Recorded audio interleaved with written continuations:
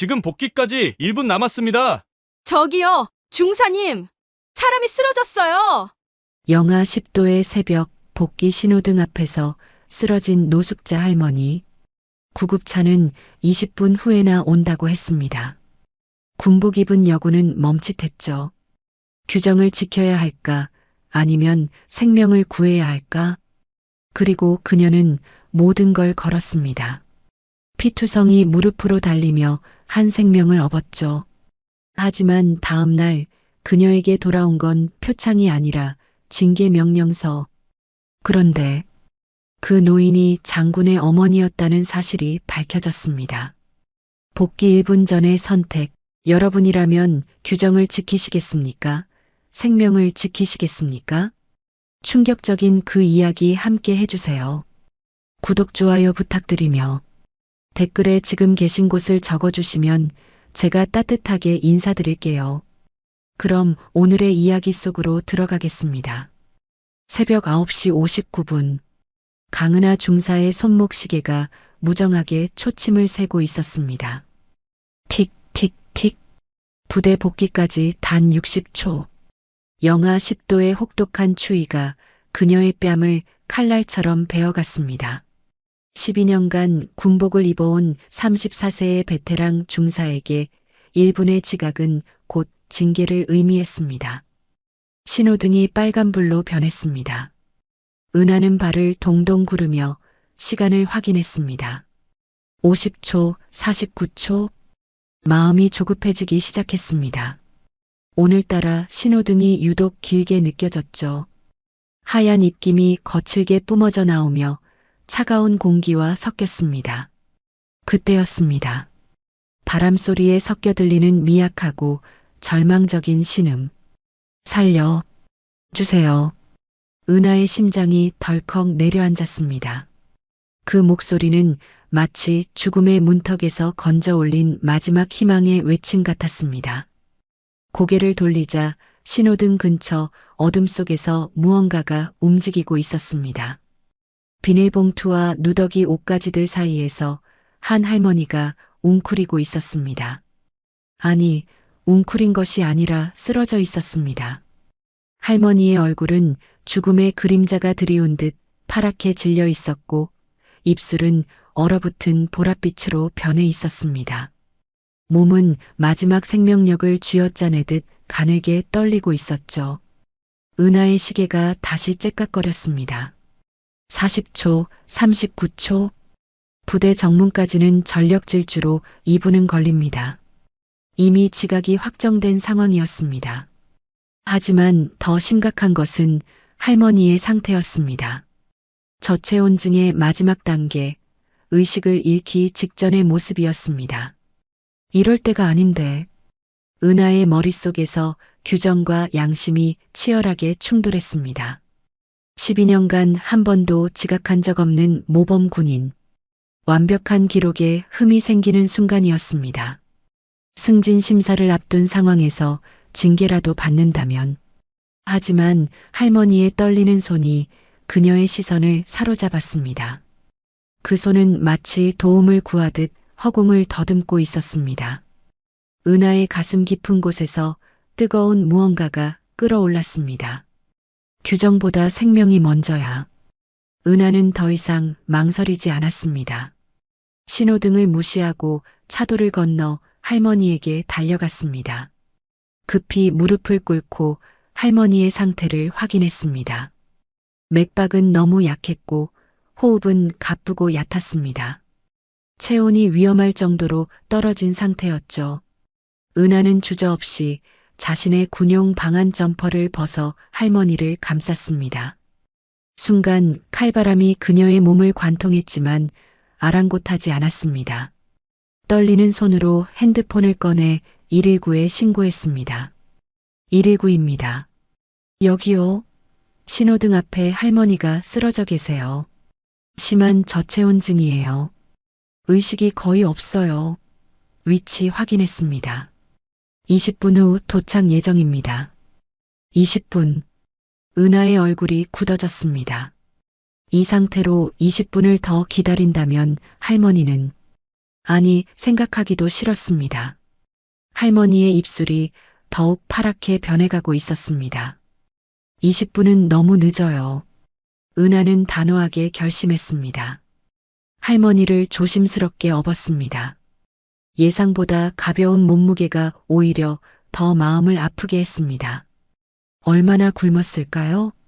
얼마나 추위에 떨며 지냈을까요? 눈발이 더욱 거세게 몰아치기 시작했습니다. 바람은 마치 은하의 결심을 시험하듯 더욱 매섭게 불어댔습니다. 하지만 그녀는 흔들리지 않았습니다. 군복 안쪽에 붙인 핫팩 하나가 미약하게 남아 따뜻함을 전해주고 있었습니다. 한파도 사람의 온기를 막을 순 없죠. 은하는 하얀 입김 속에서 이렇게 중얼거렸습니다. 할머니를 더욱 꽉 안고 병원을 향해 뛰기 시작했습니다. 매 걸음마다 발바닥에 전해지는 빙판의 차가움, 얼굴을 때리는 눈보라, 그리고 등에서 느껴지는 할머니의 미약한 체온. 은하의 심장은 격렬하게 뛰고 있었습니다. 두려움 때문이 아니라 생명을 구해야 한다는 사명감 때문이었습니다. 내 체온이라도 전해지면 살릴 수 있어. 은하의 눈빛에는 흔들리지 않는 의지가 담겨 있었습니다. 부대 복귀 시간은 이미 한참 지났고 징계는 피할 수 없게 되었습니다. 하지만 후회는 없었습니다. 눈보라 속을 뚫고 나아가는 은하의 뒷모습에서 진정한 군인의 모습이 드러나고 있었습니다. 규정이라는 차가운 틀보다 생명이라는 따뜻한 가치를 선택한 순간이었습니다. 병원까지는 1.2km. 평소라면 10분이면 충분한 거리였지만 지금은 상황이 달랐습니다. 은하는 할머니를 등에 업고 눈보라를 뚫고 나아가고 있었습니다. 할머니의 체중이 등에 전해질 때마다 그녀의 책임감은 더욱 무거워졌습니다. 할머니, 조금만 버티세요. 곧 병원이에요. 은하는 거친 숨을 몰아쉬며 할머니에게 말했습니다. 하지만 등에서 느껴지는 할머니의 호흡은 점점 더 약해지고 있었습니다. 시간과의 싸움이었습니다. 첫 번째 모퉁이를 돌았을 때였습니다. 아차 하는 순간 은하의 발이 빙판에 미끄러졌습니다. 할머니를 다치게 할 수 없다는 생각에 은하는 반사적으로 몸을 비틀어 할머니를 보호했습니다. 쿵! 은하의 무릎이 거친 아스팔트에 강하게 부딪혔습니다. 아! 은하가 작은 신음을 흘렸습니다. 무릎에서 따뜻한 액체가 흘러내리는 것이 느껴졌습니다. 피였습니다. 찢어진 군복 사이로 상처가 드러났고 피가 눈 위에 떨어져 붉은 점을 만들었습니다. 할머니의 의식을 확인했습니다. 다행히 큰 충격은 없었던 것 같았지만 호흡이 더욱 가빠지고 있었습니다. 은하는 이를 악물고 다시 일어났습니다. 무릎에서 전해지는 뜨거운 고통이 온몸으로 퍼졌지만 멈출 수는 없었습니다. 괜찮아, 괜찮아. 은하는 자신에게 다짐하듯 중얼거렸습니다. 할머니를 다시 조심스럽게 업고 걸음을 재촉했습니다. 하지만 다친 무릎 때문에 걸음걸이가 불안정해졌습니다. 한 걸음 한 걸음이 고통의 연속이었죠. 두 번째 교차로에서 신호등이 빨간불이었습니다. 평소라면 당연히 기다렸겠지만 지금은 그럴 여유가 없었습니다. 은하는 좌우를 살피고 조심스럽게 도로를 건넜습니다. 차가운 바람이 얼굴을 때릴 때마다 눈물이 핑 돌았지만 그것이 아픔 때문인지 추위 때문인지 알 수 없었습니다. 내 체온이라도 전해지면 살릴 수 있어. 은하는 할머니를 더욱 꽉 안았습니다. 군복 안쪽에 붙여놓은 핫팩이 미약하게 남아 따뜻함을 전해주고 있었습니다. 그 작은 온기가 이 혹독한 추위 속에서 그녀를 버티게 해주는 유일한 위안이었습니다. 병원까지 절반 정도 왔을 때 은하의 체력이 한계에 다다르기 시작했습니다. 거친 호흡이 하얀 입김으로 뿜어져 나왔고 땀과 눈이 뒤섞여 얼굴을 적셨습니다.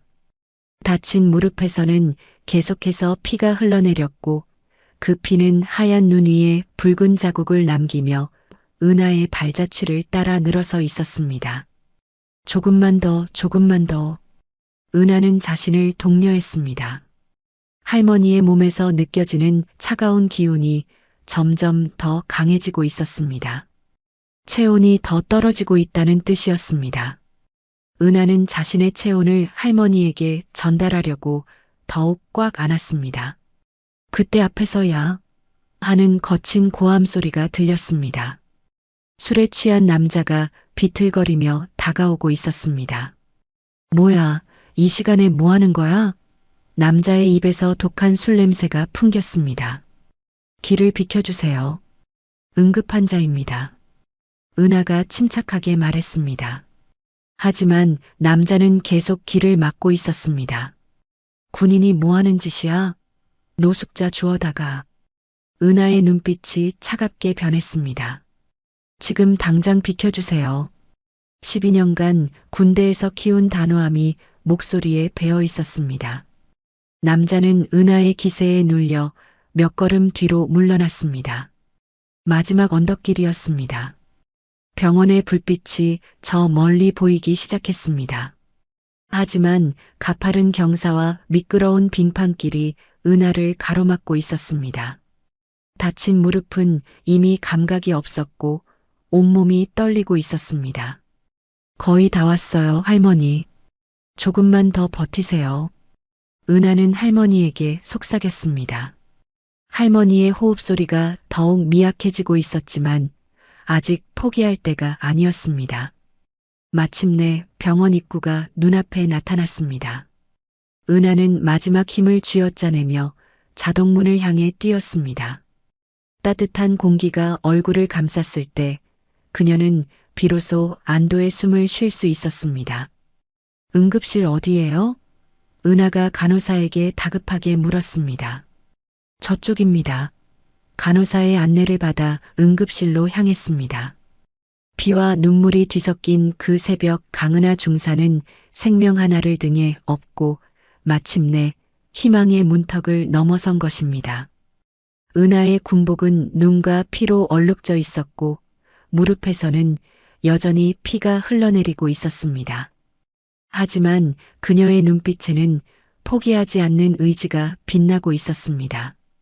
병원 응급실 문이 닫히는 소리와 함께 따뜻한 실내 공기가 은하의 얼굴을 감쌌습니다.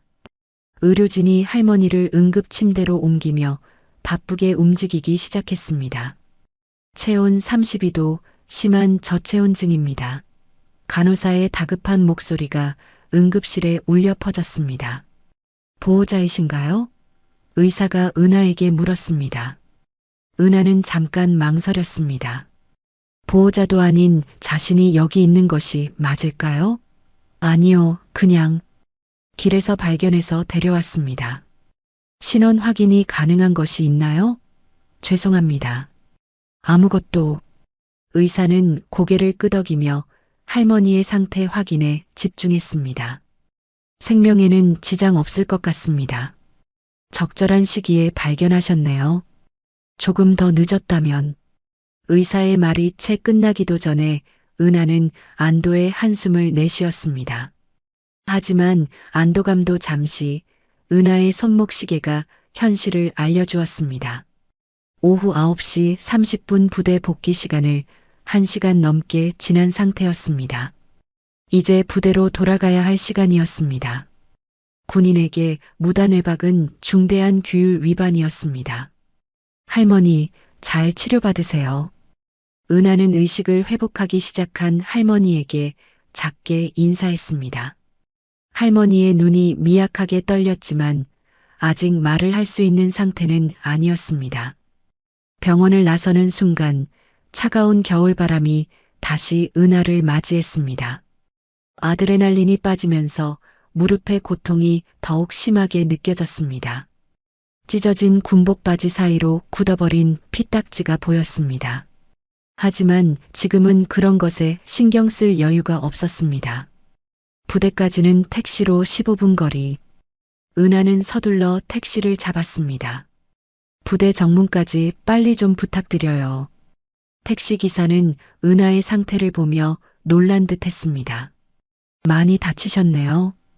병원부터 가시는 게 괜찮습니다. 부대가 급해요. 택시 안에서 은하는 마음의 준비를 했습니다.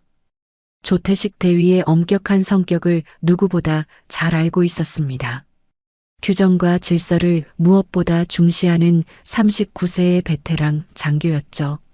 12년 군생활 동안 한 번도 지각한 적 없는 자신에게 어떤 처벌이 기다리고 있을까요?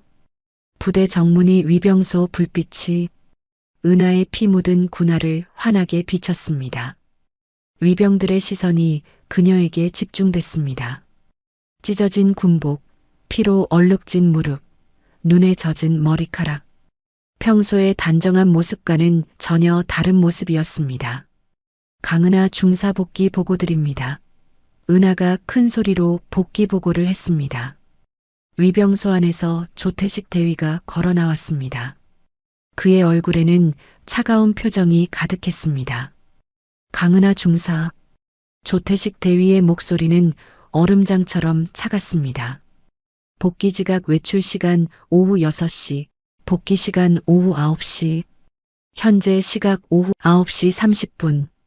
30분 지각입니다. 죄송합니다. 은하가 바로 대답했습니다. 하지만 조태식 대위의 표정은 누그러지지 않았습니다. 지각 사유는 무엇입니까? 길에서 쓰러진 노인을 발견하여 병원에 이송했습니다. 은하의 목소리에는 떨림이 없었습니다. 당당했습니다. 하지만 조태식 대위의 반응은 예상했던 것과 같았습니다. 조태식 대위가 냉소적으로 웃었습니다. 군인이 감정으로 움직이면 조직이 무너집니다. 개인의 판단으로 부대 규정을 어겨도 된다고 생각하십니까? 주변 위병들의 시선이 더욱 집중됐습니다. 소곤거리는 소리도 들렸습니다. 중사님이 지각을 12년 동안 한 번도 안 그랬는데 은하는 무릎에 피가 마르지도 않은 채로 꼿꼿하게 서서 조태식 대위를 바라봤습니다. 대위님, 은하의 목소리는 여전히 흔들리지 않았습니다. 감정이 아니라 판단이었습니다. 조태식 대위의 눈빛이 더욱 날카로워졌습니다. 판단이라고 했습니까? 개인의 판단이 부대 규정보다 우선한다는 말입니까? 그런 뜻이 아닙니다. 은하가 차분히 대답했습니다. 하지만 생명이 위급한 상황에서 군인으로서 해야 할 일을 했다고 생각합니다. 군인으로서 조태식 대위가 반문했습니다. 군인은 명령에 복종하고 규정을 지키는 것이 최우선입니다. 개인적인 영웅 심리로 행동하는 것이 아닙니다. 위병소 안의 공기가 무겁게 가라앉았습니다. 은하와 조태식 대위의 시선이 공중에서 맞부딪혔습니다. 12년간 쌓아온 완벽한 기록과 한 생명을 구한 행동. 무엇이 더 가치 있는 것일까요? 강은하 중사, 내일 아침 8시 중대장실로 보고하십시오. 징계위원회에 회부하겠습니다. 조태식 대위의 선고가 차갑게 떨어졌습니다. 은하는 묵묵히 경례했습니다. 후회는 없었습니다. 오히려 마음은 따뜻했습니다. 할머니의 생명을 구했다는 사실이 모든 것을 상쇄하고도 남았습니다. 다음 날 아침 7시, 은하는 평소보다 일찍 부대에 도착했습니다. 밤새 잠을 이루지 못한 탓에 눈가에 다크서클이 짙게 자리 잡고 있었습니다. 무릎의 상처는 아직 완전히 아물지 않았지만 걸음걸이만큼은 평소와 다름없이 당당했습니다. 행정반을 지나가던 은하의 발걸음이 멈췄습니다. 게시판에 붙어있는 A4 용지 한 장이 눈에 들어왔습니다. 그 문서를 보는 순간 은하의 얼굴이 굳어졌습니다. 강은하 중사, 복귀 시간 조작 혐의로 조사 중. 익명 제보에 의해 추가 징계 심사 예정. 복귀 시간 조작? 은하는 당황했습니다. 분명히 정확한 시간에 복귀 보고를 했는데 무슨 조작이라는 말일까요? 주변에 있던 동료들의 시선이 하나둘씩 은하에게 집중되기 시작했습니다. 중사님, 이게 뭔가요? 동기인 박지영 중사가 조심스럽게 물었습니다. 나도 모르겠어. 조작이라니. 은하의 목소리에는 당혹감이 묻어났습니다. 그때 뒤에서 비아냥거리는 목소리가 들렸습니다. 역시 그럴 줄 알았어요. 이민수 상병이었습니다. 27세의 그는 작년에 입대한 후임이었지만 은하에 대해 좋지 않은 감정을 품고 있었습니다. 무슨 말이야, 민수야? 박지영 중사가 이민수를 향해 물었습니다. 이민수는 어깨를 으쓱하며 대답했습니다. 중사님이 어제 진짜로 9시에 부대에 왔는지 의심스럽다고요. 은하가 이민수를 똑바로 바라봤습니다. 무슨 뜻인지 명확히 말해보라고. 어제 8시 50분쯤에 위병소 근처에서 중사님 봤거든요. 그런데 갑자기 9시 30분에 복귀 보고를 하니까 이상하죠. 거짓말이었습니다. 이민수는 어제 저녁 내무반에서 게임을 하고 있었습니다. 하지만 평소 은하의 모범적인 모습에 질투를 느끼고 있던 이민수에게는 절호의 기회로 보였습니다. 민수야, 그건. 박지영 중사가 말을 이으려 했지만 이민수가 먼저 입을 열었습니다. 중사님은 그냥 관심받고 싶은 거잖아요. 노숙자 구했다는 것도 진짜인지 의심스러워요. 순간 주변이 조용해졌습니다. 이민수의 말이 너무나 충격적이었기 때문입니다. 은하의 손이 떨리기 시작했습니다. 분노가 아니라 배신감 때문이었습니다. 후임을 믿고 아껴주었는데 이런 거짓 제보를 할 줄은 꿈에도 몰랐습니다. 이민수 상병. 은하의 목소리는 낮고 조용했습니다. 다시 한번 말해보라고. 정말로 나를 8시 50분에 봤다는 거지? 이민수는 잠깐 주저했습니다. 은하의 눈빛이 너무나 진지했기 때문입니다. 하지만 이미 시작한 거짓말을 멈출 수는 없었습니다. 네, 분명히 봤어요. 은하는 입술을 깨물었습니다. 12년간 군 생활을 하면서 이런 억울함을 느껴본 적이 없었습니다. 생명을 구하려다 지각한 것도 서러운데 이제는 거짓말쟁이가 되어버린 것입니다. 증거가 있어? 박지영 중사가 이민수에게 물었습니다. 증거는 제가 직접 본 게 증거죠. 이민수의 대답은 확신에 차 있었습니다. 거짓말에도 연습이 필요한 법인데 이민수는 천성적으로 연기를 잘하는 타입이었습니다. 오전 8시 중대장실 앞에 선 은하는 깊은 숨을 들이마셨습니다. 조태식 대위가 문을 열어주었습니다. 들어오십시오. 강은하 중사 보고 드립니다. 은하의 보고는 여전히 정확했습니다. 조태식 대위는 책상에 앉으며 서류를 정리했습니다. 어제 일에 대해 추가로 제보가 들어왔습니다. 은하의 심장이 빨리 뛰기 시작했습니다. 어떤 제보입니까? 복귀 시간을 조작했다는 제보입니다. 실제로는 8시 50분경에 부대 근처에 있었다는데 사실입니까? 조태식 대위의 질문은 날카로웠습니다. 아닙니다. 저는 9시 30분에 정확히 부대에 도착했습니다. 은하의 대답은 확고했습니다. 그렇다면 제보자가 거짓말을 하고 있다는 말입니까? 저는 사실만 말씀드리고 있습니다. 은하는 한치의 양보도 하지 않았습니다.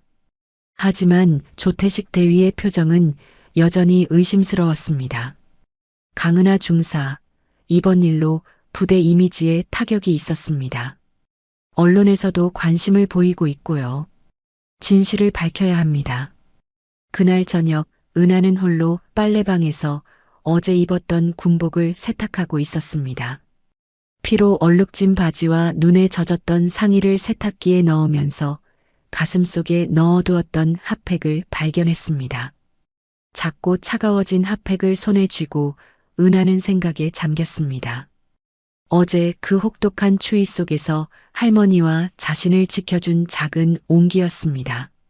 하지만 지금은 아무런 따뜻함도 전해주지 않는 차가운 물체가 되어버렸습니다. 은하는 천천히 쓰레기통 뚜껑을 열었습니다. 따뜻한 건 사람의 마음이지, 이건 아니야. 핫팩이 쓰레기통 속으로 떨어지는 소리가 빈 빨래방에 울려 퍼졌습니다. 세탁기에 돌아가는 소리만이 정막을 깨뜨리고 있었습니다. 은하는 창밖을 바라보며 어제의 할머니를 떠올렸습니다. 지금 할머니는 어떻게 지내고 계실까요? 자신 때문에 이런 소동이 벌어지고 있다는 것을 알까요? 3일이 지났습니다. 은하는 징계위원회를 앞두고 있었습니다. 부대 내 분위기는 묘했습니다. 어떤 동료들은 은하를 응원하는 눈빛을 보냈지만 또 다른 일부는 규정 위반을 문제 삼으며 고개를 가로저었습니다.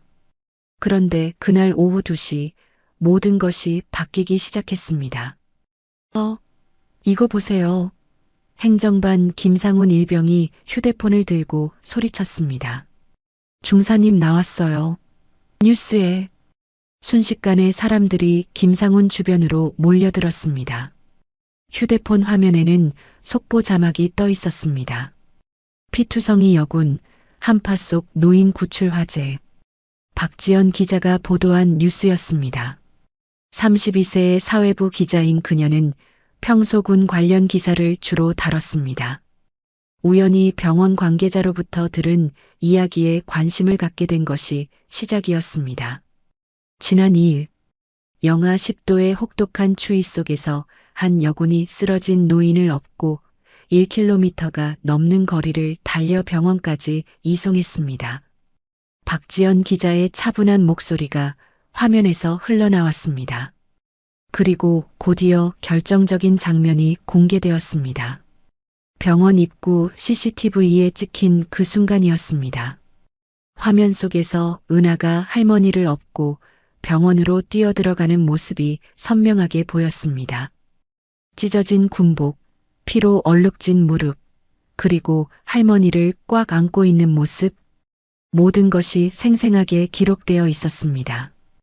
이 여군은 부대 복귀 시간을 어기면서까지 생명 구조를 우선시했습니다. 한파 속에서 누군가의 체온으로 생명을 살린 진정한 군인의 모습이었습니다. 휴대폰을 둘러싼 동료들의 표정이 숙연해졌습니다. 특히 이민수 상병의 얼굴은 창백해져 있었습니다. 거짓 제보를 한 자신의 행동이 얼마나 비열한 것이었는지 깨닫기 시작한 것입니다. 뉴스는 계속 이어졌습니다. 병원 관계자에 따르면 이 노인분은 심한 저체온증으로 생명이 위험한 상태였으나 적절한 시기에 응급실에 도착해 생명을 구할 수 있었다고 합니다. 기사는 순식간에 SNS를 통해 퍼져나갔습니다. 댓글창은 뜨거운 반응으로 가득 찼습니다. 이런 군인이 진짜 군인이다. 규정보다 생명이 우선이지. 자기 무릎 다치면서도 할머니 구한 게 감동적이다. 이런 분이 있어서 나라가 든든하다. 반응은 압도적으로 긍정적이었습니다. 평소 군에 대해 부정적인 시각을 가졌던 사람들조차 이번 사건에는 찬사를 보냈습니다. 하지만 댓글 중에는 다른 목소리도 있었습니다. 군인은 명령에 복종해야 하는 거 아님? 규정 어긴 건 어긴 거지. 개인 행동으로 부대 이미지 실추 가능성도 있음. 은하는 동료들 사이에서 자신에 대한 뉴스를 보며 복잡한 심정이었습니다. 자신의 행동이 이렇게 큰 화제가 될 줄은 몰랐습니다. 단지 사람의 생명을 구하고 싶었을 뿐인데 어느새 사회적 이슈가 되어버린 것입니다. 조태식 대위도 중대장실에서 뉴스를 보고 있었습니다. 화면 속 은하의 모습을 보며 그의 표정이 점점 굳어졌습니다. CCTV 영상은 거짓말을 하지 않았습니다. 은하가 정말로 할머니를 구하기 위해 모든 것을 걸었다는 것이 명백히 드러났습니다. 특히 은하가 자신의 방한 점퍼를 벗어 할머니에게 덮어주는 장면에서 조태식 대위는 깊은 생각에 잠겼습니다. 군복 차림으로 추위에 떨면서도 할머니를 포기하지 않는 모습이 그의 마음을 흔들었습니다. 규정보다 뜨거운 게 있다면 그건 양심이겠지. 조태식 대위가 혼잣말로 중얼거렸습니다. 39세의 그는 지금까지 규정과 질서만을 중시해왔습니다. 하지만 은하의 행동을 보며 자신이 놓치고 있던 것이 무엇인지 깨닫기 시작했습니다.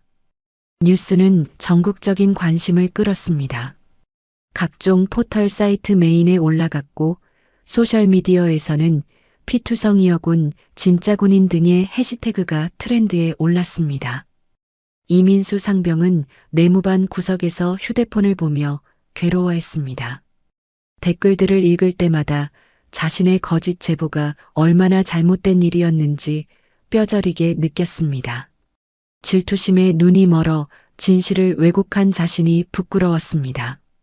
그날 저녁 부대 분위기는 완전히 바뀌었습니다. 은하를 보는 동료들의 시선에는 존경이 담겨 있었습니다. 평소 과묵했던 후임들도 다가와 말을 걸었습니다. 중사님, 정말 멋있으셨어요. 저도 그런 상황에서 중사님처럼 행동할 수 있을까요? 하지만 은하는 여전히 조심스러웠습니다. 언론의 관심이 부담스럽기도 했고 아직 징계위원회가 남아있었기 때문입니다. 무엇보다 자신의 행동이 옳았는지에 대한 확신을 갖기 어려웠습니다. 그날 밤 은하는 창밖을 바라보며 할머니를 떠올렸습니다. 지금 할머니는 어떻게 지내고 계실까요? 이 모든 소동을 알고 계실까요? 자신 때문에 한 사람의 생명이 살아났다는 것만으로도 충분했지만 왜 마음이 편하지 않을까요? 뉴스 보도 다음 날 오후 2시 평소와 다름없이 업무를 보고 있던 은하에게 갑작스러운 연락이 왔습니다. 행정반 김상훈 일병이 숨을 헐떡이며 달려왔습니다. 중사님, 사단장실에서 연락 왔어요. 당장 보고하라고 하십니다. 김상훈의 목소리에는 긴장감이 가득했습니다. 사단장실에서 개별 중사를 직접 호출하는 일은 매우 드문 일이었습니다. 은하의 얼굴이 굳어졌습니다. 사단장이 직접 부르는 상황이라면 이번 사건이 생각보다 크게 번진 것입니다. 혹시 언론 보도로 인해 부대에 민폐를 끼쳤다고 문책을 받는 것일까요? 지금 당장이요? 네, 준비 시간 5분 드린다고 하셨어요. 은하는 서둘러 정복으로 갈아입었습니다. 거울에 비친 자신의 모습을 점검하며 깊은 숨을 들이마셨습니다. 사단장실까지 가는 길은 유독 길게 느껴졌습니다. 복도를 지나가며 마주치는 선후배들의 시선이 모두 은하에게 집중되어 있었습니다. 어제 뉴스 이후 부대 내에서 은하는 완전히 다른 사람이 되어 있었습니다. 사단장실 앞에 도착했습니다. 육중한 문 앞에서 은하는 또 한 번 심호흡을 했습니다. 내부에서 들리는 여러 목소리가 긴장감을 더했습니다. 단순한 면담이 아닌 것 같았습니다. 똑똑. 은하가 문을 두드렸습니다. 들어오십시오. 낮고 권위 있는 목소리가 들려왔습니다. 윤도현 사단장의 목소리였습니다. 60세의 그는 군내에서도 존경받는 지휘관으로 유명했습니다. 문이 열리는 순간 은하는 예상치 못한 광경을 목격했습니다. 윤도현 사단장이 서 있는 것은 당연했지만 그 옆에는 병원복을 입은 할머니가 앉아 계셨습니다. 분명히 자신이 그날 밤 구했던 바로 그 할머니였습니다. 강은하 중사 보고 드립니다. 은하의 보고 소리가 사단장실에 울려 퍼졌습니다. 윤도현 사단장은 부드러운 미소를 지으며 고개를 끄덕였습니다. 할머니가 은하를 보며 눈을 크게 떴습니다. 바로 이분이야. 그날 밤 나를 업고 달린 군인. 할머니의 목소리에는 감격이 담겨 있었습니다. 병원에서 의식을 회복한 후 계속 은하를 찾고 있었던 것입니다. 은하는 당황했습니다. 할머니가 어떻게 사단장실에 계신 걸까요? 그리고 사단장께서는 왜 이렇게 화기애애한 분위기일까요? 머릿속이 복잡해졌습니다. 할머니, 괜찮으세요? 완전히 회복되셨나요? 은하가 조심스럽게 물었습니다. 할머니는 눈물을 글썽이며 고개를 끄덕였습니다. 덕분에 살았어. 정말 고마워. 그때 윤도현 사단장이 입을 열었습니다. 강은하 중사, 이분과 나의 관계를 아십니까? 은하는 고개를 가로저었습니다. 모르겠습니다. 이분은 나의 어머니입니다. 순간 사단장실이 정적에 휩싸였습니다. 은하는 자신의 귀를 의심했습니다. 그날 밤 자신이 구한 노숙자 할머니가 사단장의 어머니라니요? 이럴 수가 있을까요? 윤도현 사단장이 설명을 이어갔습니다. 어머니는 경도 치매를 앓고 계십니다. 그날 밤 요양병원에서 나오셨다가 길을 잃으신 것입니다. 추운 날씨에 방황하시다가 은하의 눈이 커졌습니다. 노숙자가 아니었습니다. 치매로 길을 잃은 어르신이었던 것입니다. 그렇다면 자신의 판단이 더욱 정확했다는 뜻이었습니다. 어머니를 찾지 못해 밤새 수색 작업을 벌였습니다. 병원에서 연락이 왔을 때 얼마나 안도했는지 모릅니다. 윤도현 사단장의 목소리에는 진심 어린 감사가 담겨 있었습니다. 최명자 할머니가 은하의 손을 꽉 잡았습니다. 그날 내 등에서 느꼈던 온기를 잊을 수가 없어. 얼어 죽을 뻔했는데 천사가 나타난 줄 알았지. 은하의 눈에 눈물이 고였습니다. 그동안 자신의 행동이 옳았는지 확신하지 못했는데 이제야 마음이 놓였습니다. 정말로 한 생명을 구한 것이었습니다. 윤도현 사단장이 계속 말했습니다. 그 군인은 규정을 어긴 게 아니라 우리 군이 잊고 있던 인간적인 온기를 지켜낸 것입니다. 이것이야말로 진정한 군인 정신이라고 생각합니다. 사단장실에 있던 다른 참모들도 고개를 끄덕였습니다. 조태식 대위도 함께 자리했는데 그의 표정은 복잡해 보였습니다. 규정만을 강조했던 자신의 태도가 얼마나 경직되어 있었는지 깨닫고 있었습니다. 강은하 중사, 당신의 행동은 군 전체에 귀감이 됩니다. 뉴스를 본 많은 국민들이 군에 대한 신뢰를 새롭게 갖게 되었습니다. 윤도현 사단장의 말에 은하는 겸손하게 고개를 숙였습니다. 최명자 할머니가 다시 말씀하셨습니다. 그날 밤이 아니었다면 나는 이 세상에 없었을 거야. 내 아들의 별보다 따뜻했던 그 온기를 평생 잊지 못할 것 같아. 별이라는 표현에서 윤도현 사단장이 군인이라는 것을 다시 한번 실감했습니다. 사단장의 어머니를 구한 것입니다. 하지만 은하에게는 그것이 중요하지 않았습니다. 그저 한 사람의 생명을 구했다는 것이 전부였습니다. 할머니, 이제 정말 괜찮으시죠? 은하가 다시 물었습니다.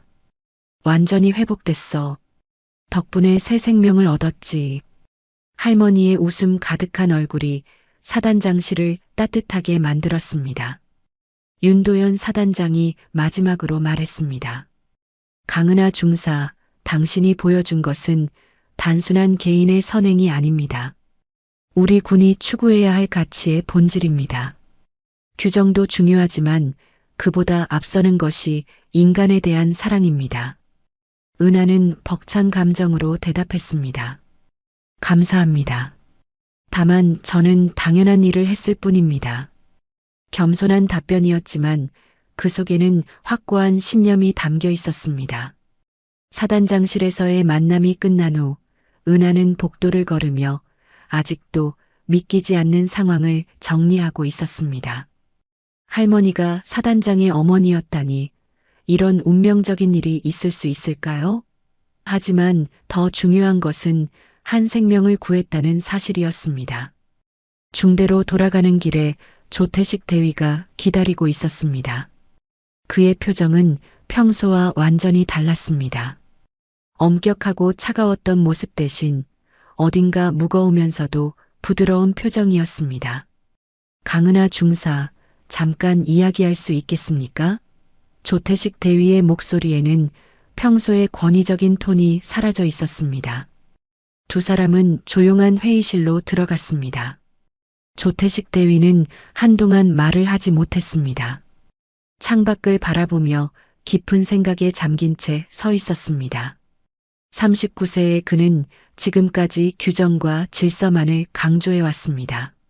하지만 은하의 행동을 보며 자신이 얼마나 경직되어 있었는지 깨닫게 되었습니다. 중사님, 조태식 대위가 입을 열었습니다. 제가 잘못했습니다. 갑작스러운 사과에 은하는 당황했습니다. 평소 절대 먼저 사과하지 않는 대위의 모습이었습니다. 대위님 무슨 말씀이신지. 아니요, 들어주세요. 조태식 대위가 은하의 말을 막았습니다. 저는 그동안 규정만이 전부라고 생각했습니다. 군인은 명령에 복종하고 규율을 지키는 것이 최우선이라고 믿어왔죠. 조태식 대위의 목소리에는 회한이 묻어났습니다. 하지만 중사님의 행동을 보며 깨달았습니다.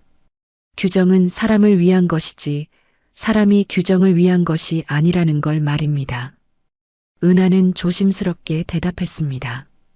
대위님께서는 올바른 지휘를 하셨습니다. 규정도 분명 중요한 것이고요. 아닙니다. 조태식 대위가 고개를 저었습니다.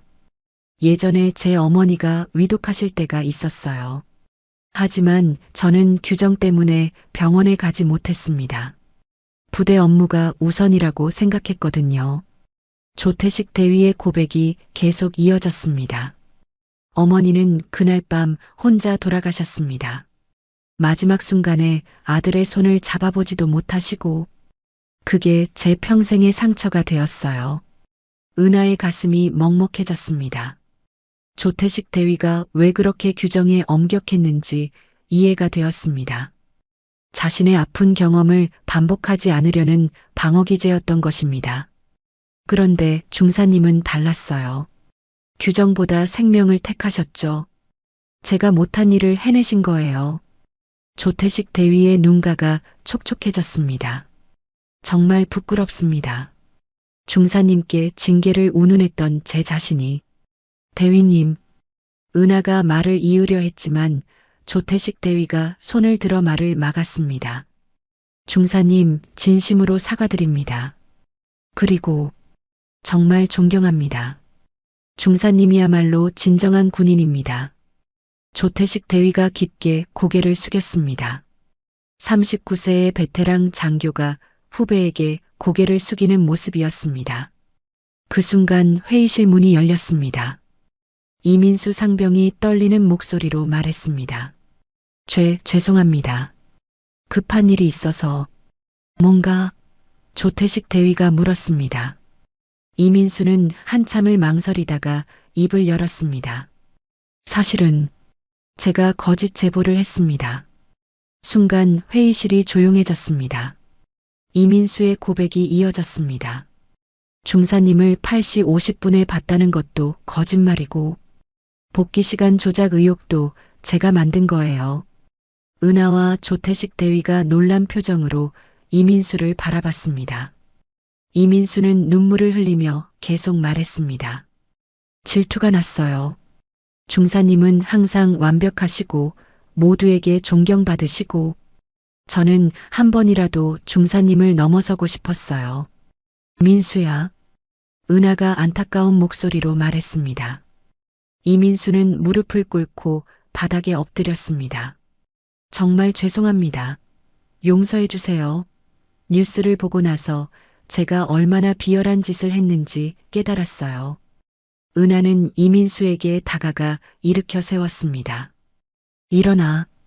진실을 말한 것만으로도 용기 있는 일이야. 은하의 따뜻한 말에 이민수는 더욱 울음을 터뜨렸습니다. 1시간 후 사단장실에서 간단한 시상식이 열렸습니다. 윤도현 사단장이 직접 표창장을 준비했던 것입니다. 강은하 중사, 당신은 규정보다 정의를 택했습니다. 그것이 군복의 진짜 의미입니다. 표창장을 받는 은하의 손이 살짝 떨렸습니다. 12년 군생활 중 가장 의미 있는 상이었습니다. 생명을 구한 것에 대한 인정이었기 때문입니다. 조태식 대위도 자리에 함께했습니다. 그는 은하에게 다가와 악수를 청했습니다. 중사님, 앞으로 저도 중사님을 본받겠습니다. 규정과 인간의 둘 다 놓치지 않는 지휘관이 되도록 노력하겠습니다. 창밖에는 눈이 흩날리고 있었습니다. 그날 밤의 눈보라와는 다른 부드럽고 따뜻한 눈이었습니다. 은하는 자신의 방한 점퍼를 만져보았습니다. 그 점퍼 안에는 핫팩보다 뜨거운 것이 있었습니다.